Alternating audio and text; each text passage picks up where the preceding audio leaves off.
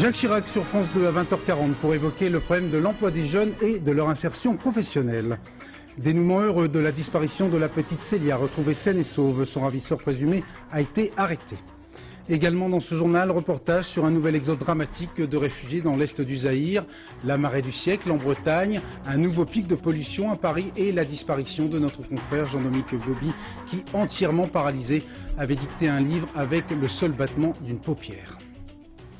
Madame, Monsieur, bonsoir. Jacques Chirac, qui avait inauguré cette année 97 en formant le vœu que la France soit plus accueillante pour les jeunes, va ce soir sur France 2 à partir de 20h40 s'employer à redonner espoir aux Français particulièrement préoccupés par le chômage des moins de 25 ans.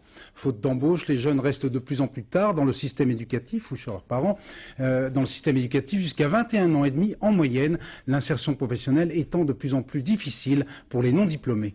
En compagnie de Philippe Visserias et de Caroline Marie, portrait croisé de deux jeunes filles, l'une travaille, l'autre pas. Agnès Castellan se souviendra longtemps du 20 janvier 1997. Ce jour-là, elle a signé son contrat d'embauche. Agnès est assistante dans un cabinet d'assurance. Elle a 22 ans, elle vient de Clermont-Ferrand. L'année dernière, après avoir réussi son BTS, elle pensait pourtant devoir attendre longtemps avant de trouver un emploi. Ça m'a beaucoup surpris, puisque bon, il y a eu le moment d'attente, donc 4 mois, bon, pas sans rien faire, mais presque, à chercher, à écrire, à attendre que le facteur passe. Et puis bon, après on téléphone, la semaine suivante on a un recontact, en fin de semaine on prend rendez-vous, et puis hop, la semaine d'après on est embauché. Céline Elbaz, elle, n'a pas eu cette chance. 22 ans, un bac en poche, elle enchaîne les petits boulots sans jamais trouver de véritable emploi.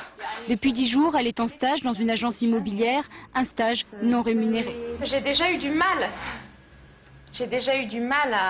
À trouver cet emploi, enfin ce stage. Donc, à la limite, j'étais prête à accepter des conditions moins favorables, on va dire. Pour Agnès, travailler, c'est d'abord pouvoir s'insérer dans la société. Premier investissement, cet appartement où elle vient juste de s'installer. Le loyer lui coûte plus de 3 000 francs par mois, ce qui est beaucoup pour un salaire mensuel de 7 000 francs bruts. Mais dans le contexte actuel, elle ne s'estime pas à plaindre. C'était ce que je voulais en fait, travailler. Donc à partir de là, tout va mieux après. On se sent mieux. C'est vrai que pendant la période où on recherche un emploi, il y a des jours où c'est pas rose. Même si on a une famille qui nous soutient, c'est pas évident. Pour sortir du chômage, on a proposé à Céline Elbaz un contrat de qualification, mais elle a refusé. En fait, je connais les avantages qu'en tirent les patrons. Et je sais que leur but n'est pas la formation. J'ai pas l'impression que leur but soit d'aider les jeunes, mais simplement d'avoir de la main-d'œuvre bon marché. Agnès et Céline ne demandent rien d'exceptionnel, juste un emploi durable. Comme elle, ils sont des millions de jeunes à jouer leur avenir sur le marché du travail, avec plus ou moins de réussite. Céline Elbaz, du cabinet JC Immobilier. Le taux de chômage chez les actifs de moins de 25 ans est donc de 25%, l'un des plus élevés d'Europe. Cela ne signifie pas qu'un jeune sur 4 soit au chômage en France, car la statistique ne tient pas compte de la grande masse des étudiants qui poussent leurs études au-delà du bac, ni des jeunes sans emploi qui ne prennent pas la peine de s'inscrire à la NPE, puisqu'ils n'ont droit à aucune indemnité. Précision, Elisabeth Esley. Actuellement, 600 000 jeunes sont au chômage. Sur les 8 millions qui ont entre 16 et 25 ans, 52% étudient, 3% font leur service national, 28% ont un emploi, 7% sont en formation ou en stage, 9% sont au chômage. Les jeunes chômeurs dépourvus de tout diplôme restent les plus nombreux. Ils sont 31%, contre 17% des diplômés du secondaire et seulement 12% des diplômés de l'enseignement supérieur. Pour combattre le chômage, les gouvernements successifs ont développé un arsenal de mesures depuis 20 ans, les principales étant l'apprentissage et la formation en alternance. En 1996, 330 000 jeunes ont bénéficié de ces deux formules. Il devrait être 400 000 à en profiter cette année. 1997 verra aussi la mise en place des stages diplômants, rebaptisés premières expériences professionnelles. Rémunérées au maximum 1 800 francs par mois, elles s'intégreront dans l'année universitaire et seront validées en commun par l'entreprise et la fac. L'émission intitulée sur le mode interrogatif Année 2000, une chance pour tous. Cette émission se déroulera en public et en direct depuis la Cité des Métiers à la Villette. Émission animée par Jean-Marie Cavada et William Lémergie que nous retrouvons maintenant et qui va nous dire un petit peu plus sur le déroulement de cette émission tout à l'heure à partir de 20h40. Bonsoir Bruno, bonsoir à tous. Effectivement, nous serons ici d'ici 40 minutes en direct. Jean-Marie Cavada se prépare en ce moment. Pardon de vous recevoir en chemise, mais je vous promets que tout à l'heure je serai dans une tenue décente. Effectivement, ça se passera devant un public. Toutes ces personnes que vous découvrirez tout à l'heure ont un point commun. C'est qu'ils ont tous et toutes œuvré pour la cause des jeunes. Ils ont accompli des actions concrètes pour eux. On aura l'occasion de vous en reparler. Alors cette émission, c'est vrai que ça va beaucoup parler d'emploi et d'insertion, mais pas seulement. Pas seulement, parce que pendant l'heure et demie avec Jean-Marie Cavada, que nous passerons à interviewer le chef de l'État, une heure et demie qui est émaillée de très nombreux reportages. Je crois que c'est une originalité de cette émission, des reportages courts, mais qui vont nous permettre de rebondir sur chacun des thèmes que nous avons choisis. Et bien pendant cette heure et demie, on fera un parcours, si vous voulez. On commencera avec les enfants à l'école, et bien ensuite on les retrouvera dans le secondaire, les adolescents, et puis au bord du premier emploi, et on sait que c'est là que c'est difficile. On parlera aussi, bien sûr, de tous les sujets qui font l'actualité et qui concernent les jeunes. Voilà Bruno, vous souhaitez en savoir un petit peu plus, mais après tout non, parce qu'il faudra venir tout à l'heure. Hein. On va vous laisser aller vous préparer, vous habiller, mettre une cravate. Oui, rendez-vous donc 20h40. C'est vrai, vous l'avez remarqué. Merci beaucoup, à tout à l'heure. Dans l'actualité également, le dénouement heureux de la disparition de la petite Célia, 7 ans, recherchée depuis une semaine dans le Puy-de-Dôme et qui a été retrouvée saine et sauve. Son ravisseur présumé a été arrêté. Reportage Didier Guyot, Philippe Évêque. Il m'a demandé, il me donne des jouets, j'ai dit oui, il m'a amené vers chez lui, et c'était trop loin, il avait la route de Cambran, il m'a amené, il a pris un chemin, il a dit, on va retourner, je vais avoir quelqu'un, et je vais te ramener, il m'a menti, il m'a amené dans une maison, il m'a attaché. Après avoir été séquestrée pendant une semaine, Célia, 7 ans, est de retour, saine et sauve. Le bonheur et la liesse pour les parents et les amis de la petite fille. Selon les enquêteurs, Célia n'a pas subi de violences sexuelles. Elle a été néanmoins victime d'attouchements ambigus. Donc j'ai rentré en gendarmerie, j'ai dit ce qu'elle est morte ma petite. Il a dit non, votre gamine est très belle. Il a parlé avec nous, il a bien mangé. Il a pris sa douche, elle l'a habillé.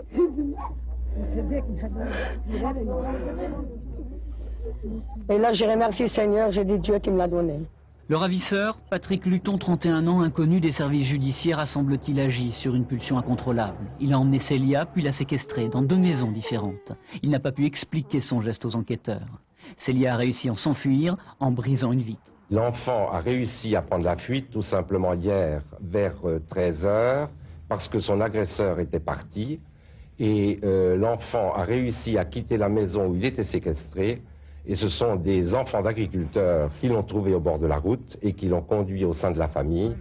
C'est depuis cette maison que Célia s'est échappée, une résidence secondaire isolée dans la campagne qui appartient à des Anglais et où Patrick Luton est entré par effraction. Au village, on n'avait rien remarqué. Le fait qu'il y ait des résidences secondaires avec des gens qui viennent de manière très épisodique peut favoriser que quelqu'un puisse, à la limite, séquestrer un enfant et que cela passe inaperçu. Ce soir, Célia a retrouvé ses amis, mais surtout ses parents et sa petite sœur. À Carcassonne, après l'arrestation d'un père de famille de 35 ans écroué pour tentative d'enlèvement d'enfants, les gendarmes s'emploient maintenant à vérifier les aveux de cet homme. Au moins 3 autres enlèvements auraient été corroborés. Le point de l'enquête, Pascal Doucet-Bon. De Jean-Paul Barbeau, on ne connaît qu'une biographie sommaire et sa tentative ratée d'enlèvement de Villepinte dans l'Aude vendredi dernier. L'homme a vécu à Marcillac, dans cette maison, pendant 3 ans avec sa famille, un voisin sans histoire. Quand on se voyait qui tondait sa pelouse, là, on se disait bonjour, un homme très correct. Pour son travail, le VRP se déplaçait beaucoup. Ses aveux conduisent entre autres à Saint-Main-le-Grand, dans l'Ille-et-Vilaine. Là, une fillette de 10 ans a été enlevée puis violée. Même façon d'agir qu'à Villepinte, même description par la victime. À Ballon-Miré, dans l'Indre-et-Loire, encore une fillette enlevée. Mais là, ses pleurs ont affolé le violeur qui l'a relâchée. Elle a donné un signalement très proche de celui de Barbeau. Et à tout hasard, les enquêteurs chercheront à établir un lien, ou pas, avec le meurtre et le viol de Caroline Dickinson, une jeune Anglaise, en juillet dernier, à Pleine Fougère. Ils effectueront un prélèvement d'ADN, même si, disent-ils, il n'y a presque aucune possibilité pour qu'il soit l'assassin. Enfin, Jean-Paul Barbeau n'a pas enlevé la petite Marion, toujours recherchée dans la région d'Agen. Il a un solide alibi. Ce soir, il dort à la prison de Carcassonne. Pour 3 des enlèvements dont il s'accuse, les enquêteurs ont de très forts soupçons. Ils vérifient encore pour une affaire analogue dans la Vienne et 2 autres en Haute-Garonne. Xavier Menueli, secrétaire d'État à l'action humanitaire d'urgence, était ces dernières heures au Zaïre. Il a notamment visité le camp de réfugiés de Ubundu, dans l'est de ce pays. Un camp où s'entassent dans des conditions tout à fait dramatiques des dizaines de milliers de réfugiés qui fuient l'avance des rebelles Tutsis. Reportage de nos envoyés spéciaux, Véronique Tavo, Jean-François Renou. Ils ont la lenteur des gestes de ceux qui n'ont presque plus d'espoir.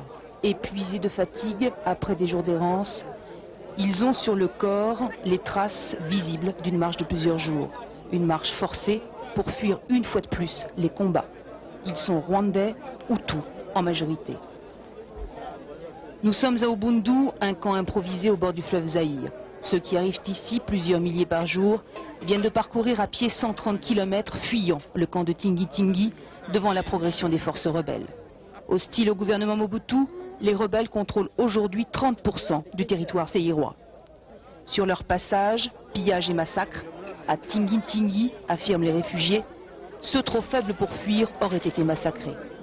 Alors aujourd'hui, pour tous, la même peur, voir les rebelles arriver ici, à Ubundu. Je suis arrivé Tingi-Tingi avant-hier avec mes 4 enfants. Pour marcher plus vite, à cause des massacres, j'ai jeté toutes mes affaires et les plus grands ont porté les plus petits qui n'avaient plus de force. Moi, si les rebelles arrivent jusqu'ici et que je suis encore dans ce camp, je préfère me jeter dans le fleuve et mourir avec mes enfants. Moi, je ne sais pas où je vais vivre demain. Hein? C'est de jour au jour. Hein? Je suis ici en transit, venant de Tingi-Tingi, chassé par l'ennemi qui m'a chassé depuis le Rwanda.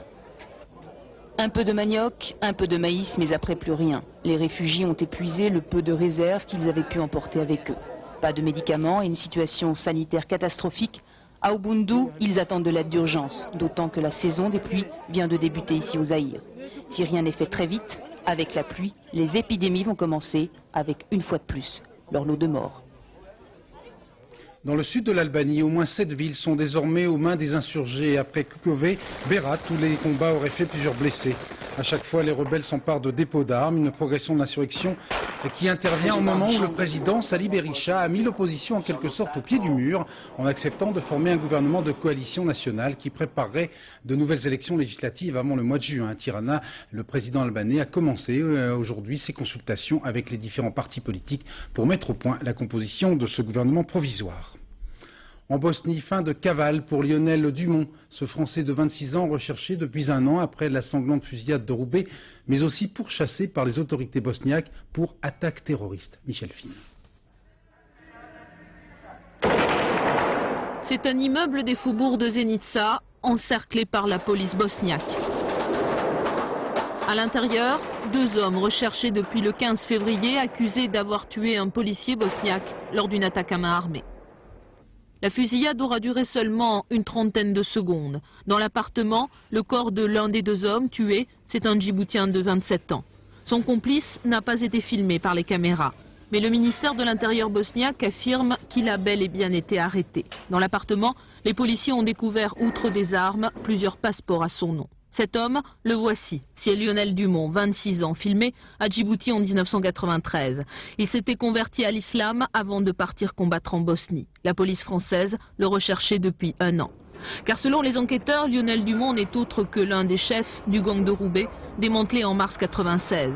Il est soupçonné d'avoir participé dans la région de Lille à plusieurs attaques à main armée et même à une tentative d'attentat contre le commissariat. Lionel Dumont aurait quitté la région pour rejoindre la Bosnie quelques heures avant l'assaut du raid. Jean-Michel Le Boucheron, ancien député maire socialiste d'Angoulême, en fuite en Argentine depuis 5 ans, a annoncé aujourd'hui à nos confrères de la Charente Libre sa décision de se livrer à la justice française. Son avocat a confirmé cet après-midi que Jean-Michel Boucheron renonçait à faire appel du jugement qui l'avait condamné en juillet 1994 à 4 ans de prison ferme et 1 million de francs d'amende pour corruption et abus de biens sociaux. Au sud de Saint-Malo, 2 carambolages successifs ce matin. 2 carambolages provoqués par le brouillard ont impliqué au total plus de 100 véhicules. 2 blessés seulement, pourrait-on dire, mais pas mal de pain sur la planche, vous le voyez, pour les carrossiers de la région.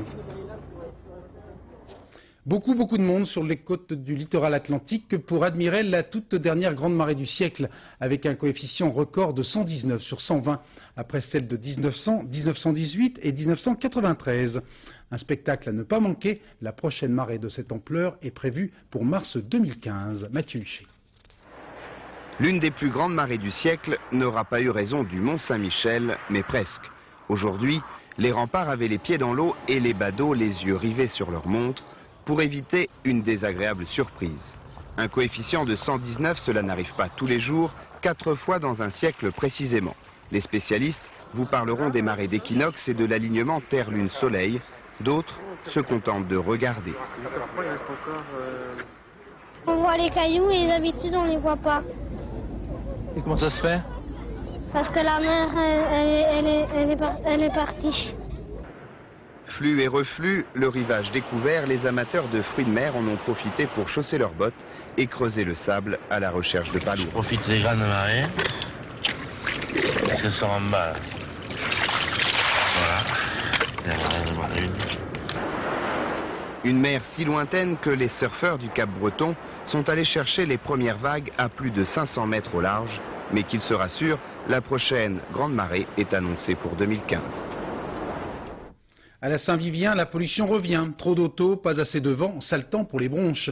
La pollution de l'air en région parisienne a entraîné le niveau 2 de la procédure d'alerte. Les jeunes enfants et les personnes ayant des problèmes respiratoires sont invités à ne pas trop sortir. Et demain, le stationnement résidentiel sera gratuit pour inciter les franciliens à prendre les transports en commun. Reportage Valérie Gagé, José Blanc-Lapierre. Hier, c'était l'arrivée du printemps que fêtaient les Parisiens. Aujourd'hui, il déchante. Il ne fait plus bon respirer l'air de la capitale. Il est même recommandé aux personnes âgées de rester chez elles et aux enfants d'éviter les exercices physiques. Et pour demain, même symptômes d'un air malade, soleil, manque de vent, circulation excessive. Alors pour la première fois, la mairie de Paris prévoit des remèdes. 140 000 Parisiens pourront stationner gratuitement dans leur quartier à condition de posséder cette vignette de stationnement résidentiel. Oui, c'est très bien. Je vais prendre ma voiture parce que j'en ai besoin. Même si c'est gratuit de la laisser garer devant chez vous? Parce que ça me coûte pareil en métro. J'ai des déplacements à faire, donc je vais la prendre quand même. Demain, attention, automobilistes parisiens, il vous faudra aussi lever le pied. La vitesse sera réduite de 20 km/h sur les boulevards périphériques et sur les voies sur berge. Pour l'Île-de-France, la préfecture recommande aux conducteurs d'éviter le passage par la capitale. 10% des véhicules administratifs devraient rester au garage. Un début de mesure dont les effets sont difficiles à évaluer. Toute réduction des émissions de polluants aura un effet bénéfique, mais d'évaluer quantitativement l'effet de telle ou telle mesure, c'est pas possible. Demain, risque d'aggravation. Paris pourrait connaître une pollution de niveau 3, un seuil maximum d'alerte qui imposerait des mesures radicales comme la réduction du nombre des véhicules. Mais pour l'instant, seule la limitation de vitesse et le renforcement des contrôles anti-pollution ont été prévus. Pas d'interdiction en vue, les autorités comptent sur la bonne volonté des Parisiens qui accepteront de laisser leurs véhicules au parking. Le syndicat Front National Police a été interdit aujourd'hui par un jugement du tribunal d'Evry, estimant que cette organisation n'avait pas un objet conforme aux dispositions prévues par le Code du travail. Ce syndicat Front National Police avait obtenu près de 8% des suffrages chez les policiers en tenue aux dernières élections en 1995. Le destin m'a rejeté aux confins de la vie. Ainsi s'exprimait le journaliste Jean-Dominique Bauby, rédacteur en chef de Elle, dont on vient d'apprendre la disparition à l'âge de 45 ans. Entièrement paralysé depuis 2 ans à la suite d'un accident vasculaire, il avait dicté un livre en communiquant seulement par le battement d'une paupière. Bruno Albin. Quand on ne peut plus parler ni écrire, on pourrait croire qu'il ne reste rien pour communiquer. À Jean-Dominique Bauby, il restait les lettres de l'alphabet. « Je les aime », écrivait-il. Les lettres de l'alphabet rangées dans l'ordre de leur utilisation la plus fréquente dans la langue française. Ensuite commençait le processus de l'écriture. On lui lit cet alphabet, il cligne de l'œil quand la lettre est bonne.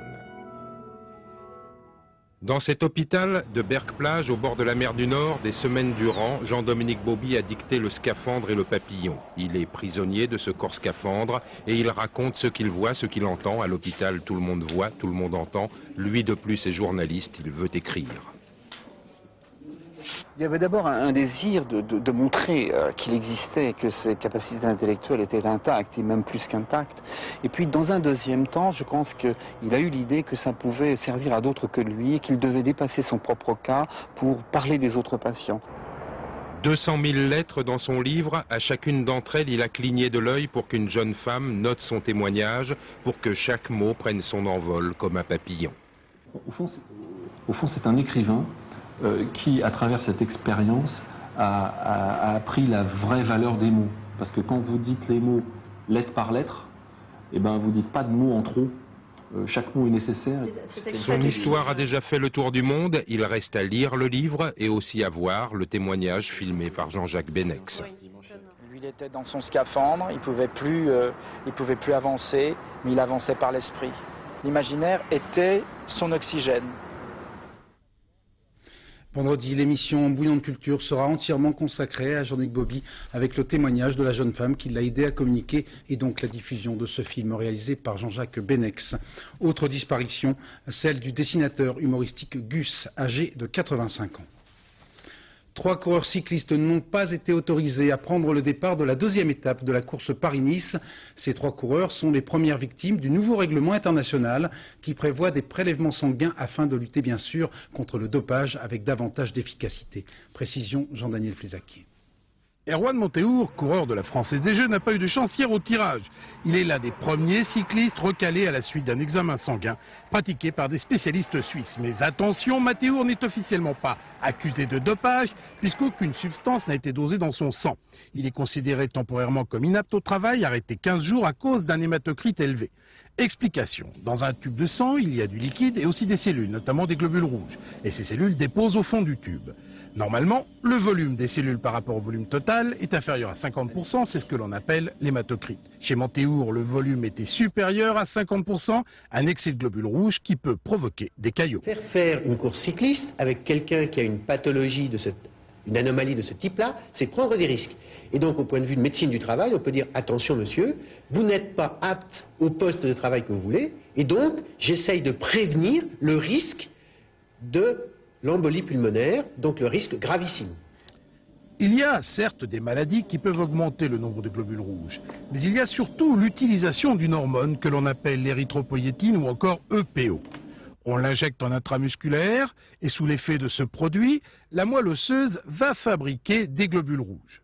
Ces globules rouges passent dans la circulation sanguine et comme ils transportent l'oxygène, l'organisme va pouvoir, grâce à cet accroissement de cellules, fournir des efforts encore plus soutenus grâce à cet oxygène supplémentaire. Interdite chez les sportifs, l'EPO a déjà tué des athlètes, mais on dit qu'elle a déjà été remplacée par d'autres substances plus sophistiquées, encore plus dangereuses. Cette toute dernière information en provenance de Sicile où un prêtre de 70 ans a été condamné à 9 mois de prison avec sursis, tout simplement parce qu'il sonnait les cloches de sa paroisse de façon intempestive, en causant notamment, je cite, des dommages sur l'activité sexuelle d'un couple qui a donc porté plainte. N'oubliez pas de porter votre déclaration de revenus avant minuit, sinon vous ferez sonner les cloches par votre percepteur qui vous réclamera plus 10%. Dernier journal, le vers minuit, en compagnie de Philippe Lefebvre, invité de Gérard Leclerc demain pour les 4 vérités à 7h50. Robert Hue, secrétaire national du PC, qui aura donc l'occasion de commenter l'intervention de Jacques Chirac sur notre antenne dans quelques minutes. Excellente soirée, merci.